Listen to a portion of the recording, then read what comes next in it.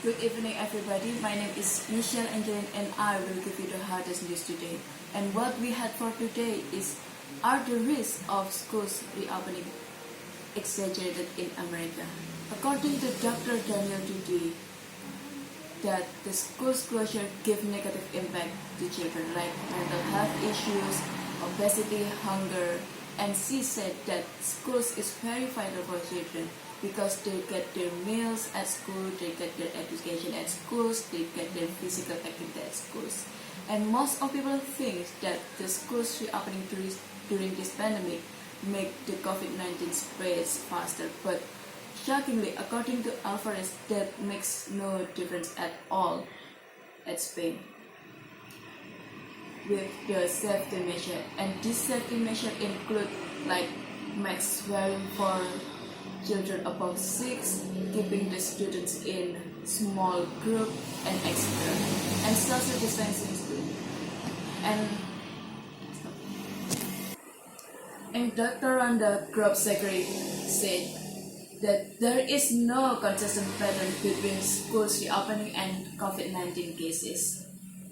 In some countries such as Thailand and South Africa fully opened their class and when the cases were low, with no apparent impact on transmission, such as Vietnam and Gambia had their cases rising during their reopening schools. And at Japan, when the cases rise during the summer break and then fall again. But in the United Kingdom, saw a strong upward trend that started around the reopening schools. And he said that we're not saying at all that schools have nothing to do with the cases. And what about the US? On October 14, the Infectious Disease Society of America gave a briefing on schools' safe reopenings.